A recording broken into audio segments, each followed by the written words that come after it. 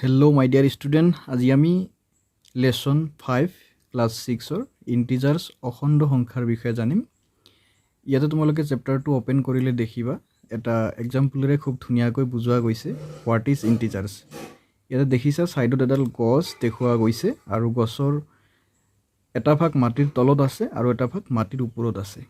আৰু তাতে ধুনীয়াকৈ লিখা আছে দেখিবা যে আমি যদি দেখা পাওঁ মাটিৰ ওপৰত গছডাল 16 মিটাৰ ওপৰত আছে আৰু মাটিৰ তলত 5 মিটাৰ তলত আছে আৰু যদি আমি মাটিৰ এৰিয়াটোক সাৰফেস 0 হিচাপে ধৰো তেতিয়া হলে আমি দেখা পাওঁ তলত আমি যদি ভালদৰে মনোযোগ দিও যে ওপৰৰ ভাগটোক আমি প্লাস হিচাপে ব্যৱহাৰ কৰিছো মানে +16 আৰু 0ৰ পৰা তলত যেটো মাটিৰ তলত আছে তাক আমি -5 হিচাপে ইন্ডিকেট কৰা গৈছে। এতিয়া অখণ্ড সংখ্যা কাক বলে এই কথাটোৰ পৰা আমি ভালদৰে বুজি পাম আমি যদি তলৰ পিনে লক্ষ্য কৰো আমি নেক্সট এক্সাম্পলটো তলৰ পিনে দেখিলে দেখিবা যে লিখা আছে the value of the number with negative sign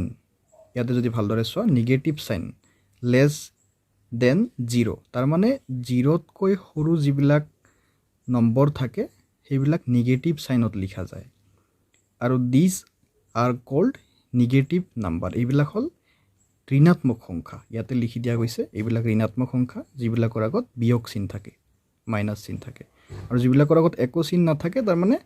plus চিন থাকে সেইবিলাকক ধনাত্মক সংখ্যা বুলি কয় আৰু এই নেগেটিভ সংখ্যা তাৰ লগত 0 আৰু পজিটিভ সংখ্যা গোটেইবিলাক একেলগে মিলি লিখিলে তাক অখণ্ড সংখ্যা বা ইন্টিজাৰ্স বুলি কয়। তো এই চেপ্টাৰটোত আমি এই ধৰণৰ বিভিন্ন অংক দেখিবলৈ পাম। আমি নেক্সট পেজত যদি যাও ইয়াতে দেখিবা যে ইয়াতে সেন্টিগ্ৰেড মানে আমাৰ তাপমানৰ বিষয়েও কোৱা গৈছে আমাৰ যেটো গৰম অনুভৱ কৰো ঠাণ্ডা অনুভৱ কৰো তো এইবিলাক সেলসিয়াছত জোখা যায় তো এই জোখবিলাকক টেম্পাৰেচাৰ হিচাপে লিখা যায় এই দেখিবলৈ পাইছা যে 40 তাৰ আগত প্লাস লিখা আছে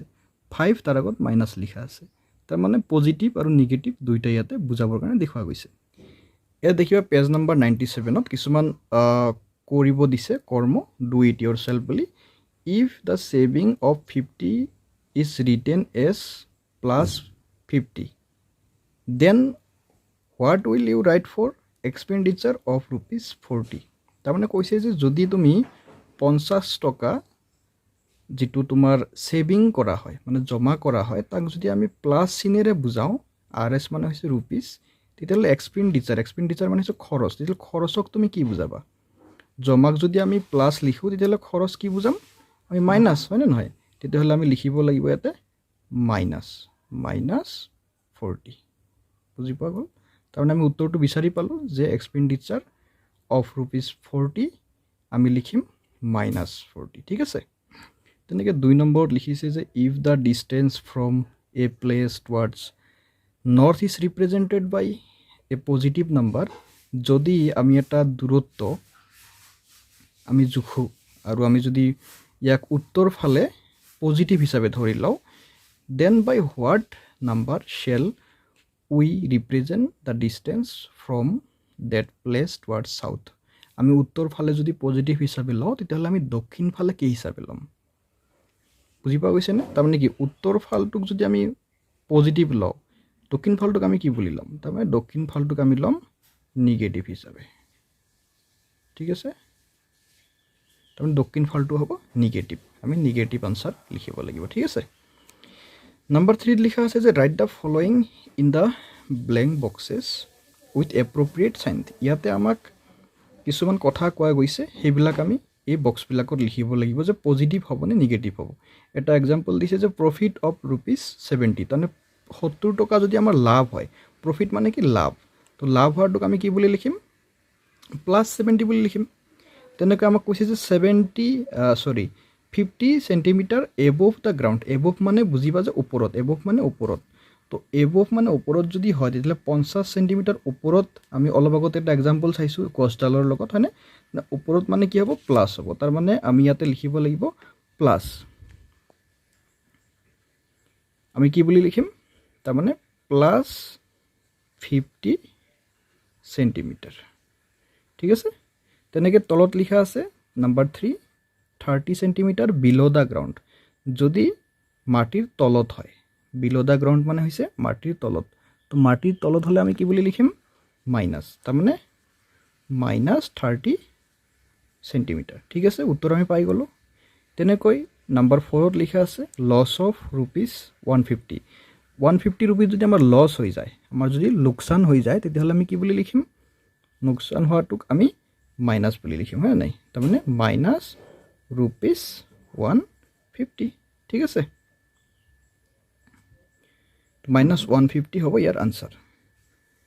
নাম্বাৰ 5ত কৈছে সেভিং অফ ₹30 আমাৰ যদি 30 টকা সেভ কৰিব পাৰো জমা কৰিব পাৰো তেতিয়াহ'লে কি হ'ব সেভ কৰিব পাৰিলে আমাৰ প্লাস লিখিব লাগে তো সেভিং হ'ব plus ₹30 temperature is 35 degree centigrade above তার মানে 35 এর উপরত আছে তার মানে উপরত থাকা মানে প্লাস তো আমি প্লাস লিখিব লাগিব প্লাস 35 ডিগ্রি সেন্টিগ্রেড তলত লিখা আছে টেম্পারেচার ইজ 8 ডিগ্রি সেন্টিগ্রেড বিলো 0 ডিগ্রি সেলসিয়াস তার মানে 0 কৈ তলত আছে তলত যদি আছে আমি কি লিখিম -8 ডিগ্রি সেন্টিগ্রেড বা সেলসিয়াস আমি যদি নাম্বার 8 চাও লিখা আছে 5 মিটার বিলো দা সি লেভেল সাগৰ পৃষ্ঠতকৈ যদি তলত হয় তলত হলে কি হ'ব -5 মিটাৰ তেনেকৈ তাৰ তলত লিখা আছে 5 মিটাৰ এবোভ দা সি লেভেল যদি সাগৰ পৃষ্ঠতকৈ ওপৰত হয় ওপৰত হলে +5 মিটাৰ বুজি পোৱা গ'ল তো আজি আমি পেজ 97 লৈকে আলোচনা কৰিলো এইখিনি তোমালোকে ঘৰত ভালকে চাবা ইয়াৰ পিছত আমি নেক্সট পেজৰ বিষয়ে আলোচনা কৰিম আৰু নেক্সট ভিডিও বিলাক তোমালোকে যাতে ভালদৰে পোৱা তাৰ কাৰণে চেনেলটো সাবস্ক্ৰাইব কৰি নোটিফিকেশনটো অন কৰি থবা তেতিয়াহলে ৰেগুলাৰ আপডেট বিলাক সোনকালে পাই যাবা